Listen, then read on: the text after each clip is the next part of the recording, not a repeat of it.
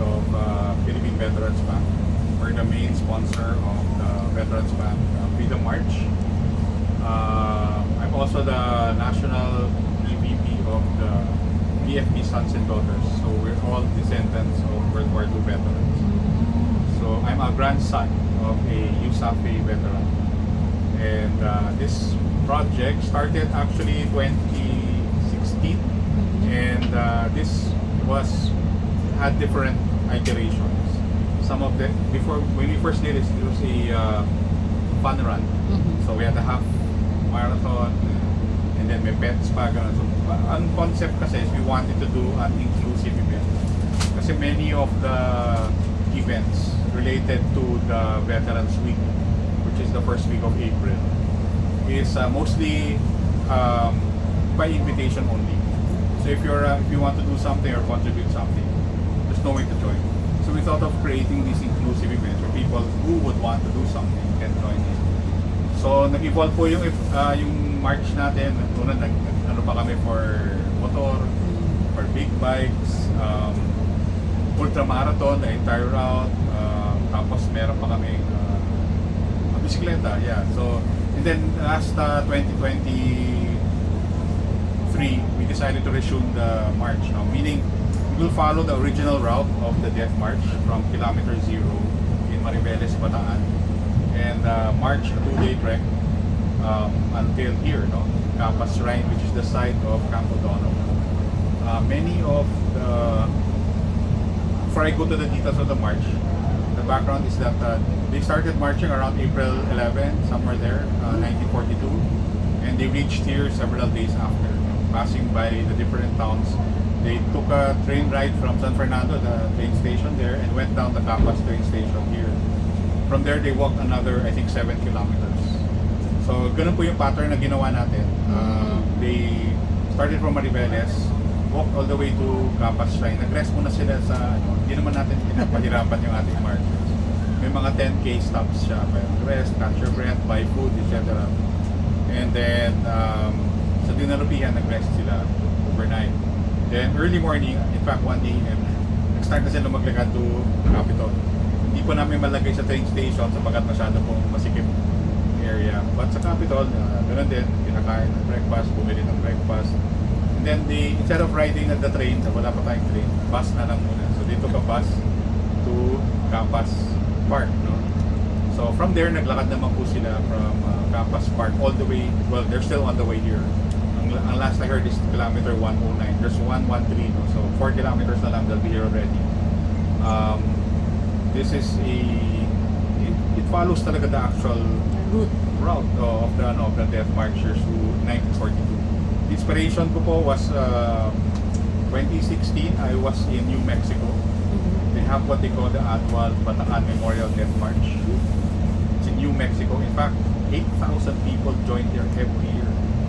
If you go there, puno yung hotels, puno yung flights, puro marchers from all over the world go there. Sabi ko, nahiya ako sa Filipino.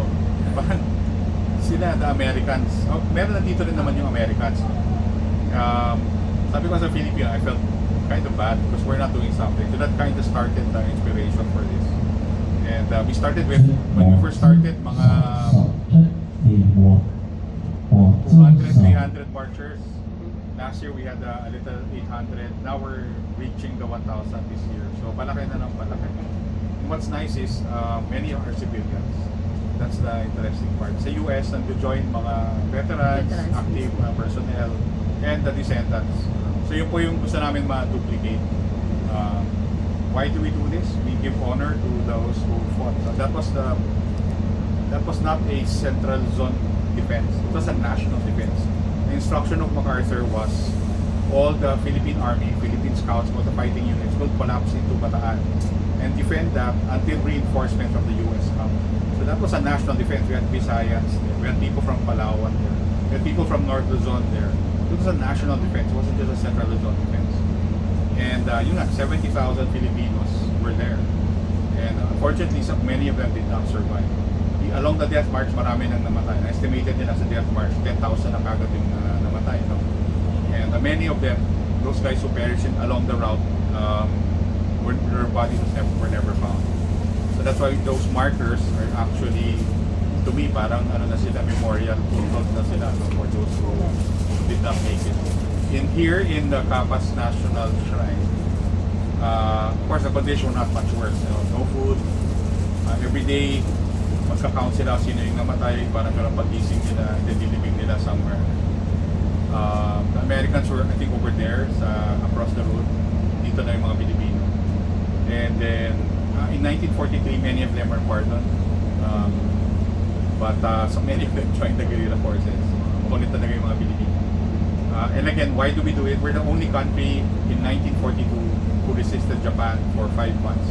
All the other territories, Singapore, Malaysia, Indonesia, Vietnam, all of them surrendered almost immediately. Tayo lang yung malaban. You can call it makulit, pasaway, whatever you want to call it, but we were fighting for our country.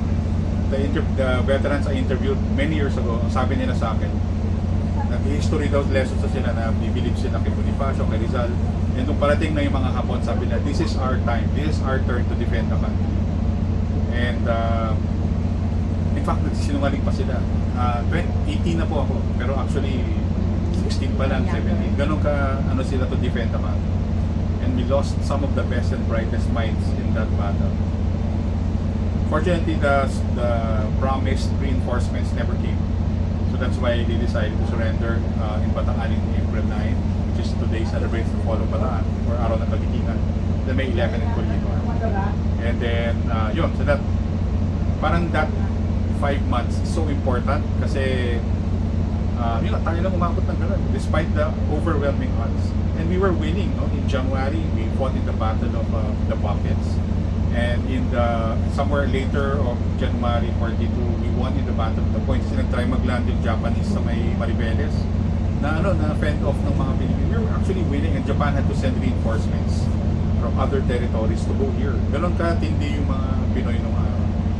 And those are the people na we want to emulate. Those are the people we want to bring up, no? To the attention of the people. One last story.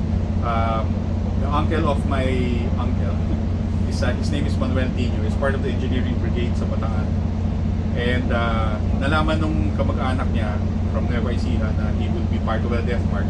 So somewhere in Sasmuan, Pampanga, inabangan siya ng mga kamag-anak. And pagdating niya, pag makita nila siya along the way, dahil medyo sparse na yung guards, hinahin nila si Tino and stay in the house. When they did that successfully, but si Tino said, do you have medicine? Do you have food? I said, yeah, we do. And then he said, I have to go back to the march. Sabi, why? I cannot abandon my men. Yun ang sabi. That's the kind of honor that these guys had. And those are the people we want to, remember. I mean, all this mess about the flood controls, and we can draw a lot of examples from the past when people were honorable.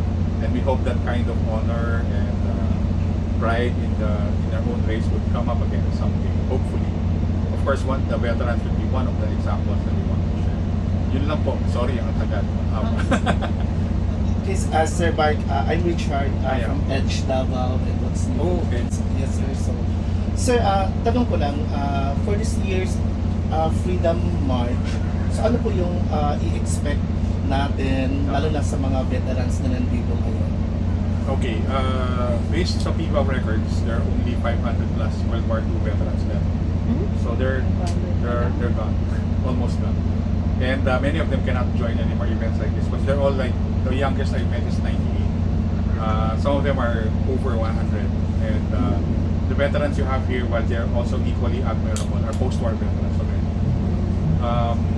And many of the surviving veterans are not from the Battle of Bataan, but these are the younger guys in the guerrilla era, mga 1945 yan. So to answer your question, I cannot speak for the veterans themselves because I knew many of them, but they passed away when they started this. The descendants are the ones who are happy yan. And not just here in the Philippines, kasi many of the Philippines nag-abroad eh. Yung mga mga USAPI veterans sa US Army, Philippine Army, Philippine Scouts, yung mga descendants, sila can actually migrate to the 70s. So marami sa kanila nasa America. And even here, meeting a lot of them, and they say they're so happy na their forefathers are being remembered. So I guess that's the best compliment I can hear from the descendants. Sir, I have another question. As a bank owned by World War II veterans and their descendants, how does this event serve as the ultimate expression of your corporate charter and your commitment to the sons and daughters of our heroes? Yeah. When they were still alive, sabi ng veterans, there were two things that we could do for them. Number one is taking care of their health. So that's provide medical help, medicines, now to the descendants. But the other thing that they wanted to do was yung legacy nila. Nakakatuwa yung mga veterans. Pag ayaw nila masyadong, hindi sila na pagmalaki. Ginawa ko to nung gera, wala silang gano'n. You have to draw it out. Pero yung sarili ng story, hindi na nakakwento. Pero dapat to. Interviewin mo si ganito. They're proud of their comrades. And pero sarili nila, hindi na sabihin. Pero yung pala, yung kwento niya, mas matindi pa dun sa kasama niya. So, ang naisip namin was to draw out those stories. And when they were alive, we asked them to write handwritten their accounts. And we will match that with historical records. And then hopefully come up with a story. Medyo madami kasi extensive. So we're starting with Pocket. And we've come up with some documentaries and videos to honor them. So this march in particular is to help memorialize naman yung ating mga Bataan veterans. Because that's a separate group. And we had the Philippine Scouts. They were the elite forces noong araw. And then the Philippine Army, ito naman yung mga kagaya ng lolo ko, is a teacher. Pero lahat ng mga males na age 21 to 35 required to join the Philippine Army. So conscripted yan. So sila, lumaban din sila and they were excited to fight. So ito yung tinatawag na USAFE, United States Armed Forces of the Far East. And so yun, that's we wanted to share their stories again. Lumalabas kasi yan eh. In the kilometer markers, you will see the dedication to them. And it's our hope na people will learn more about their kababayan who were there. And yun lang yung namin, gusto namin. Kasi there's so many stories there. But we hope we can draw on some of them. Okay. Sir, speaking of stories, sabi mo nga napakadami. Can you mention at least one or two na talagang tatatak during this 10-year na parang Freedom March? Do you have any story to share? Na talagang umano sa isip niyo, I cannot forget this scenario, parang gano'n. There was this American, I think it was pre-pandemic. He just showed up during the march. He's about mga 70. And may flag siya ng America at Philippines sa backpack niya. And sa backpack niya naka-etch, in honor of my two uncles who were in the Bataan Death March. He walked it, completed it, and then left. Walang fanfare. Walang pabongga, walang mga... Tapos one of our staff were able to talk to him and say, why are you doing this? Just to remember my uncles. And then he left. Flew back to Matibas. Ganun lang. Ganun yung dedication. So, that's one story that really stood out from me over the years. Yung isa naman yung Gatinho, that's the other one that stood out for me. So far, yeah. Questions? Okay. Sir, in relation to the markers, marami po kasing naka-notice. Yeah, I ng noticed mga too. markers from kilometer 100. So how does the awareness from the Freedom March affect the restoration of the World War II markers and shrines? Yeah, the markers are actually put up by a private group called the Filipino American Endowment Fund.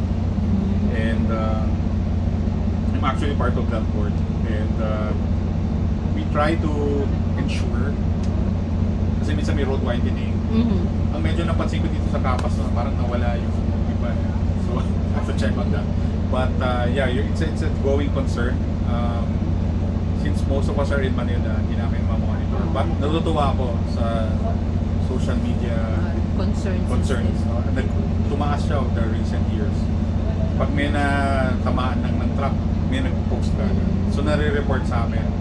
And ang maganda pa, yung DPWH, dun sa road widening, ine-ensure nila na magagalaw ng mabuti. In other words, in spite of all this controversy, yung DPWH Region 3, in-ensure nila na pag may road widening, tatawagin sa amin, mag-road widening po kami, and move po namin yung obelisk. Yung base, gigibayin po namin, pero construct kami ng bagong base and put the marker there. So, tumakas yung awareness, in other words, ng mga tao sa markers. Hindi kasi siya basta-basta ma-replace. The obelisk should always remain because may dedication tayo po yan. Either yung veteran na namatay or yung family na dedicate in honor. So, hindi siya basta-basta pwede mong palitan. Hi, sir. Yeah. From Power House. Alam ko lang Yeah. yung sinabi niyo. Yeah. Meron kami ibang program aside from networks na Oh. ginagawa ang veterans para mas lumawak yung awareness ng mga tao.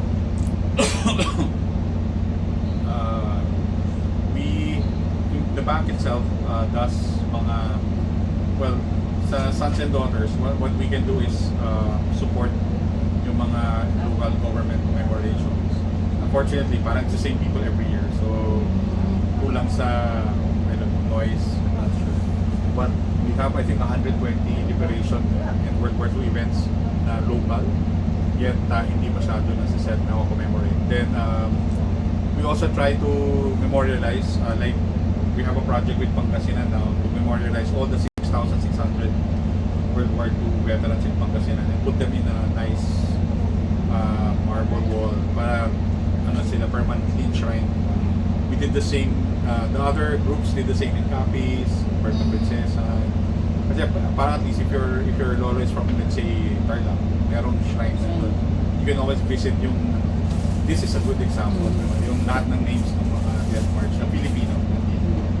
So those are the stuff we do. We also sponsor mga documentaries. We look at mga people who submit. I'm kind of hoping the younger people would submit.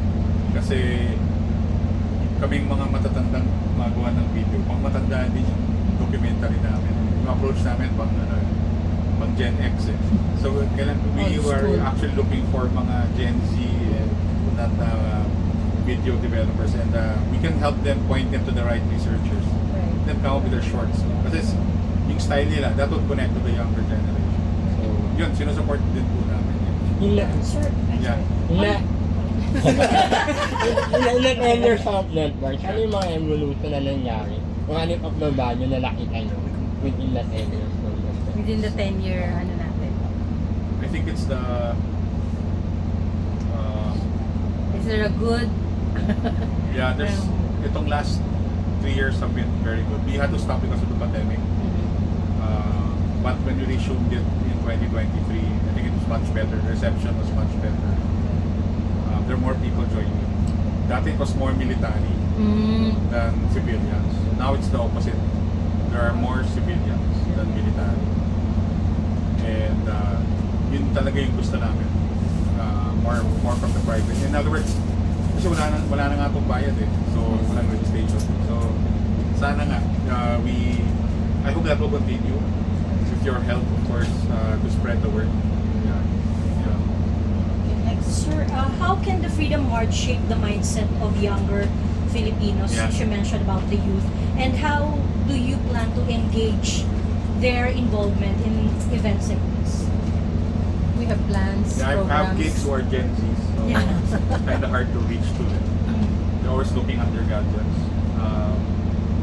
So the attraction is through the gadgets, but the experience has to be done by themselves. Yun ang panawagan ko. Sadly, because kasalanan din namin yun, mga parents, kasi inalaw namin na tingin sila sa gadgets too long. But I think the experience will change them. Yung kinikwento kanina, they were volunteering, they were lying, to get into the fight. Ito ROTC lang nagrereklamo na. Oo. Di ba? So, layo na ng shift eh. So, and I think the problem with, one of the problems is today's generation, because of their too much looking to themselves. They look inwards, they compare themselves with others, that's depressing. And if you look at the generation, the Gen X and the greatest generation before us, they're always looking outside. And the best people are always looking outside. How can I help my family? How can I help my community? how can I help my, you ask psychologists, how do you heal depression? Do something for the less fortunate. Mawawala depression mo. Kasi nakikita mo, they're worse off than I am. And they're smiling, they're happy. So that's the kind of model na I want. Parang they will look outside. They will look at the, kasi the veterans when they join, hindi naman yun sa glory iniisip nila. Right. They were not after, you know, magkaka-memorial need after me, after the war. That wasn't what they after. They were after, I'll do something for my family, I'll do something for my community, I'll fight for, to preserve yung Philippines, etc. So, yung change na yun yung gusto kong ma-bridge somehow. And by sharing yung experiences nila, if you'll notice, naglagay kami ng mga different interactive materials here to help them connect with those people. And hopefully that will get them into a journey na, kasi napansin namin yung Gen Z, pag na-attract sila, mag-research yan, galing naman sila sa ganun di ba? I hope lang kunin nila yung tamang websites, not the fake website from there. So yun lang, that's what we're trying to do, get them into it so that they will understand, try to understand why it was a different time. Any more questions? Another question. Yeah. You've made the Freedom March open and free to veterans, descendants, and the family. Yeah. Why was it important for you to prioritize inclusivity over commercial viability? Yeah, that's a good question. Because it will only work if it's inclusive. In fact, we don't have much sponsors this year, kaya medyo mabigat sa budget. But we hope more sponsors will come in next year. Kahit in kind lang, pakainin nyo lang yung mga marchers, mga volunteers natin, yung mga police. Kasi laking pasasalamat ko sa mga LGUs, sa mga PDRMO, sa lahat ng mga LGU executives na nag-contribute here. And yun nga, parang it's because of them that we continue. Because of course the marchers also. But yun nga, we want more people to join. We're trying to make it easier every year. But I don't want kasi I want the route to remain the same. You know, if you can go to Boracay on your own, you can go to Manipeles and Capas on your own. So that's the thing. So that's my question. That's my answer. So, Yeah. Ali from Boracay Platform, Yeah. Report Page. Actually, na-witness ko yung personally yung interactive Yeah. nilagay niyo sa Balangas. Kasi Yeah, I was there, I stayed okay. there. Okay, I okay. participated yesterday. Oh, okay. Hanggang Balangangal. Okay. Tapos kanina ulit morning. Malaki pa rin yan. Oh, magandang ano siya, magandang way. And Yeah. people are really looking at it. Yeah. Lalo na yung mga bata na rito. Yeah. Binabasa naman nila so maganda interactive. Yeah. So congratulations sa mga Thank you. Hopefully, magkaroon pa ng mas maganda pang Thank you. facilities for them. Sana. Yeah. And my question po is yung with regards to the coordination ng 3 provinces, Bataan, Pampanga, Tarlac. How was the coordination, sir? And kasi mukhang seamless, for me, seamless yung yung naging transition. Yeah. I think because of the many years na kaming working with them, they're used to it. And in fact, sila na yung tumatawag, sir, meron pa tayo this year. And medyo alam na. In-adjust lang namin some of the stops para mas safe and mas conducive. And marami pang, ngayon lang kasi ulit ako on the ground eh. So ngayon ko lang nakikita yung mga room for improvement pa. So, yeah, malaking bagay talaga yung partners natin. Kung wala sila, I don't think we would have pulled it off. And then, yeah, kasi hindi na naniningil yung mga ano lang sila, nag-volunteer lang sila. So, of course the LGUs, the LGU executive from Bataan, Pampanga, and of course here at Capas. AFP, BIBAO is also helping us. The PNP for the 3 regions also helped us. The BFP, Veterans Federation of the Philippines, also they sent 100 marchers. Medyo kinabahan na ako, siguro seniors. Pero may naman tayo, may sweeper, medical, saka may medical team naman tayo. 3 ambulance, so sigurado na this time. So maayos naman, thankful naman sa partners. Any more questions, guys? No more? Sir, last message na lang. Okay. For those who supported us with the Freedom March 2026, from us at Philippine Veterans Bank and the Veteran Sons and Daughters Association, we'd like to thank you for your support. This is the biggest number of civilians who have joined us, and we're quite happy. We've also seen how we can improve, but our hope is that more people will understand why we're doing this. So, ang prayer po namin is that you will understand who the Bataan veterans were, both the Filipinos and Americans, and try to walk in their footsteps. That's also what we're asking. Kahit ano lang, 2K kilometers, pwede na yun. Okay, ay, 2K. 2 kilometers, 2K kilometers, 2,000 kilometers. Okay. And yeah, just try to walk in their footsteps and try to understand what they went through.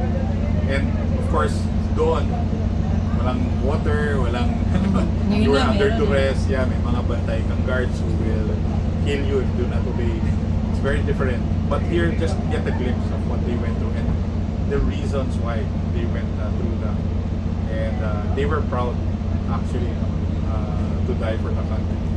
And that's something that we want also to emulate. We don't want you to die for your country, but do something for your community at least, to follow the way of the veterans. So thank you.